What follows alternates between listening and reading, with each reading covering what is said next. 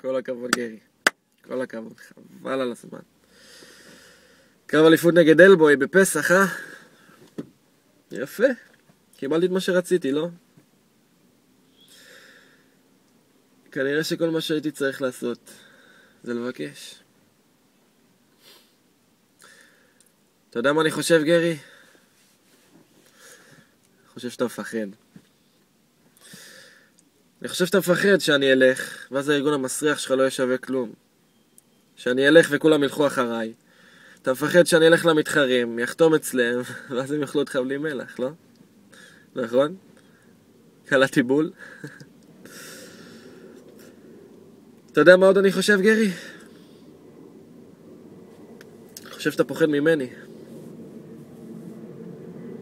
ממר פרו-רסלינג הישראלי, מהמתאבק הכי טוב בישראל, ליאור ליבמן, אתה פוחד ממני. כי במקום לצאת גבר, לעמוד מולי בפסח על האליפות, לפתור את הבעיות שלנו בזירה, העדפת לקחת דרך הקלה. להפסיד לאלבוי את האליפות. לזרוק אותו לאש, מה שנקרא, נגדי. דרך הקלה. גרי, אתה תתבגר כבר. תמיד אהבת לעשות לעצמך חיים קלים. בלי יותר מדי כאב ראש. וזה הארגון שלך נראה כמו שהוא נראה עכשיו. אבל איתי גרי, איתי חיים קלים לא היו לך.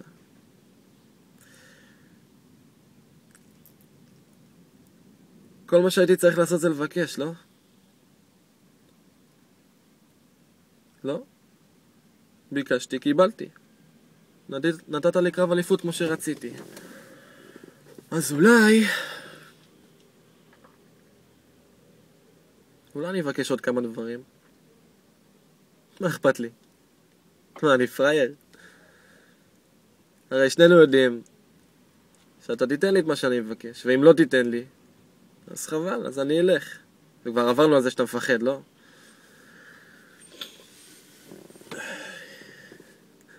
עד פסח, גרי. יש עוד הרבה זמן. יש לי זמן לחשוב מה כדאי לי, מה לא כדאי לי, מה אני צריך, מה אני רוצה לבקש. כשאני אהיה מוכן, אתה תשמע ממני. תן לי זמן לחשוב על זה, ואני אתן לך רשימה, אל תדאג. ובינתיים שיהיה לנו דרך צלחה. כי אם אתה רוצה אותי איתך,